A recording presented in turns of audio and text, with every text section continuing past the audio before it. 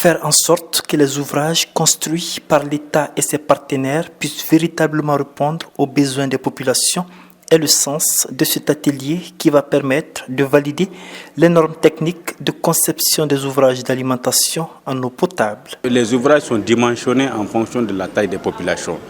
Alors, quand un ouvrage qui est dimensionné pour une population dont la taille est moindre, ça pose des problèmes parce que l'ouvrage ne va pas répondre de façon, en tout cas 100% aux besoins de la localité. Voilà, par exemple, un village qui doit disposer, en tout cas, d'un système d'hydraulique villageois, quand vous réalisez une PMH là-bas, une pompe à motricité humaine, vous savez que vous êtes loin de satisfaire les besoins en eau de ce village.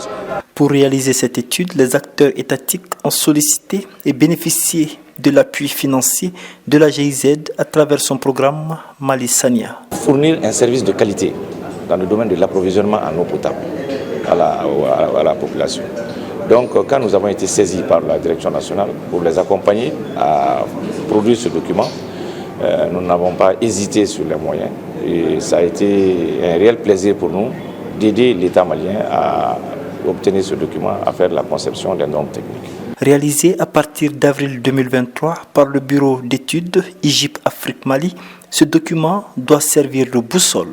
Vous serez amené à vous pencher sur le rapport provisoire de l'avant-projet des normes techniques de conception et de construction des ouvrages d'alimentation en eau potable au Mali.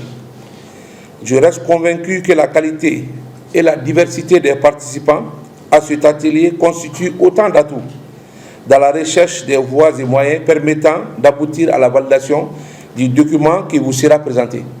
Des échanges entre acteurs doivent permettre d'aboutir à l'adoption de ce document qui fera office d'un guide de référence dans le secteur.